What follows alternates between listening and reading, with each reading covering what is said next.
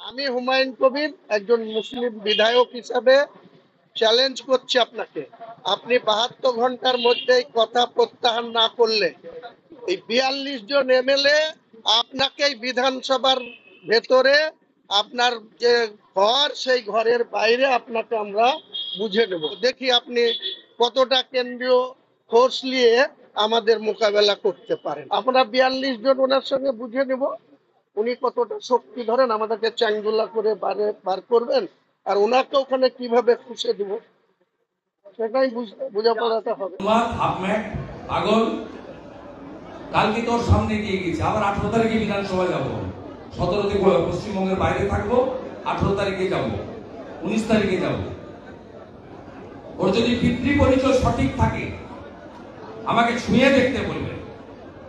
বিধানসভা প্রিমিসেসের মধ্যে তো সেন্ট্রাল সিকিউরিটি থাকে না, আমি একা থাকি। আমি বললাম আমার একটা কেসাগ্র একটা লোক ছুঁয়ে দেখতে বলবেন। ও যদি পিতৃ পরিচয় সঠিক থাকে বলে দিলাম আমি, আমাকে ভয় দেখাতে পারবেন না। সিপিএম এর সূর্য মধ্যগগনে আমি লক্ষণ সেনকে হারিয়েছি। লক্ষণ সেন ছোটখাটো লিডার ছিলেন না।